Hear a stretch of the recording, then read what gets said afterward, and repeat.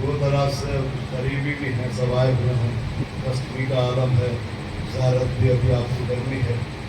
بس ایک ربط مصائب دیتے ہوئے آپ کو آپ کی منزل تک پہنچا دوں. واقعاً نورانی مجلس ہوئی اور یقیناً یہ مجلس کی کامیابی کی علامت ہے.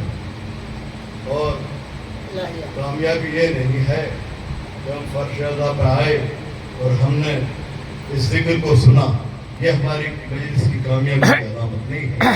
اس لیے کہ فرش ادا پہ آنا کمال نہیں ہے، اس مجلس کو اپنے گھروں میں لے جانا کمال ہے. یہاں سے آنا تو خالی ہاتھ نہ جانا، کچھ اپنے دامن میں لے کر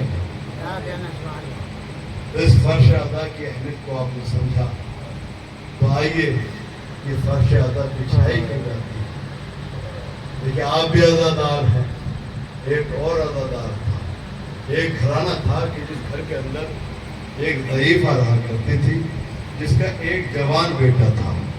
وہ دو افراد تھے، لیکن جیسے ہی ماہ محرم آتا تھا وہ بڑے ہی اہتمام کے ساتھ میں ماہ محرم کا استعمال کیا کرتے تھے. اور جب ماہ محرم کی 8 تاریخ آتی تھی تو اس کا جوان بیٹا بہت اچھے طریقے سے اہتمام کرتا تھا اور مولا غازی عباس کا نام اٹھاتا تھا. لیکن ایک سال ایسا بھی آیا کہ اس کے بیٹے کو بیماری کی وجہ سے اس کا انتقال ہوا. اور جب یہ وقت گزرتا گیا تو ماہ محرم قریب آیا. جیسے ہی ماہ محرم کا چاند نمودار ہوا تو اس کی ضعیفہ ماں تھی کہ جو گریا کر رہی تھی، بے تحاشا آنسو بہا رہی تھی، رو رہی تھی. ایک مرتبہ اہل محلہ اس کے قریب آئے. آنے کے بعد کہ بی بی تو گھبرا نہیں، بی بی تو پریشان نہ ہو، اگر تیرا بیٹا نہیں ہے تو ہمارا بیٹا حاضر ہے. ہمارا بیٹا تیرے گھر سے علم اٹھائے گا، ہمارا بیٹا تیرے عباس کا علم اٹھائے گا.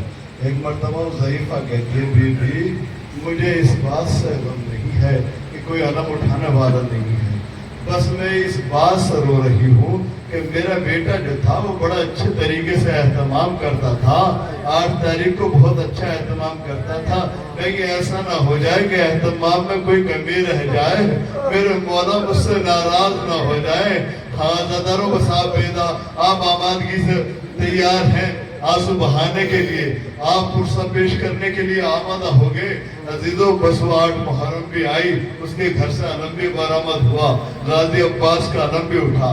9 محرم آئی، وہ بی بی ماتم کرتی رہی. حسین کا پرسہ اس کی اجڑ ہوئی ماں کو دیتی رہی. شام غریبہ آ گئی، شام غریبہ میں اس نے حسین کا ماتم کیا، زہرا کو اس کے نام کا پرسہ پیش کیا. عزیزوں جب تھک ہار گئی، اب یہ بی بی جب اپنے گھر پہنچی تو ایک مرتبہ ماں ہے، ماں کی مامتا مچل گئی. ایک مرتبہ بیٹے کی یاد آئی. اب اس نے سوچا کیوں نہ اپنے بیٹے کی قبر پہ جا کر بھی ایک غازی عباس کا لوہا پڑھوں، میرا بیٹا بھی تڑپ کر کچھ گریہ کر لے گا. ادھر یہ ماں چلی، جیسے قبرستان کے قریب پہنچی، قبرستان میں پہلا قدم رکھا، اپنے بیٹے کی قبر کی طرف بڑھی. جیسے قبر کی طرف بڑھتی ہے تو کیا دیکھتی ہے کہ اس کے بیٹے کی قبر پہ کوئی بی بی ہے جو قبر پہ ہاتھ رکھ کے فاتحہ پڑھ رہی تھی. ایک مرتبہ یہ قریب پہنچی اور جا کر کہتے بی بی یہ میرے لال کی قبر ہے، یہ تیرے بیٹے کی قبر نہیں. اے بی بی تجھے غلط فہمی ہوئی ہے، اے بی بی تجھے اشتباہ ہوا ہے، یہ میرے بیٹے کی قبر ہے. ہاں دادر اس بی بی کی کوئی آواز نہیں تھی اور قریب پہنچی، کاندھے پہ ہاتھ رکھا بی بی یہ میرے لال کی قبر ہے، تجھے اشتباہ ہوا ہے. پر جیسے ہی یہ جملہ سنا ایک مرتبہ اس بی بی نے کہا اے بی بی ارے میں جانتی ہوں کہ پہلی محرم سے لے کر آئے عاشور تک تو نے میرے لال کا ماتم کیا ہے، میرے لال پہ ماتم کیا، میرے لال پہ آنسو بہائے. آئے میں زہرا کہ اتنا بھی میری غیرت نہیں کہ تم میرے لال پہ ماتم کرتی رہے. میں زہرا تیرے لال کی قبر پہ بھی فاتحہ بھی نہ پڑھ سکے. حضرت اللہ